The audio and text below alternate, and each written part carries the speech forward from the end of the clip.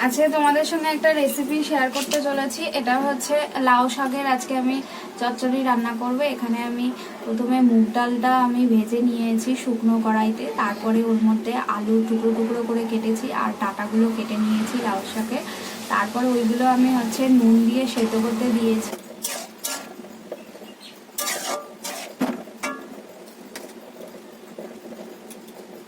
এটা যখন 40% থেকে 50% সেদ্ধ হয়ে যাবে, তার মধ্যে আমি এই পাতাগুলো আলাদা করে কেটে রেখে দিয়েছি। এই পাতাগুলো আলাদা করে দিয়ে দেবো, দিয়ে এটাকে পুরো সিদ্ধ করবো। 90% সিদ্ধ করে এগুলো নামাবো, নামিয়ে তারপরে তোমরা দেখতে থাকো।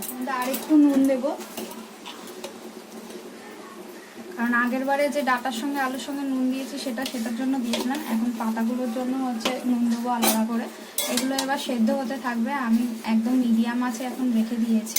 প্রথমে ডাটা আর আলুটাকে হাই ফ্লেমে দিয়ে ফুটিয়েছি, ফুটানোর পরে তারপরে আমি একদম মিডিয়ামে করে রেখে দিয়েছি। আবার এটাকে মিডিয়ামেই রাখবো, এটাকে ভাপে ভাপে সেদ্ধ হতে দেবো।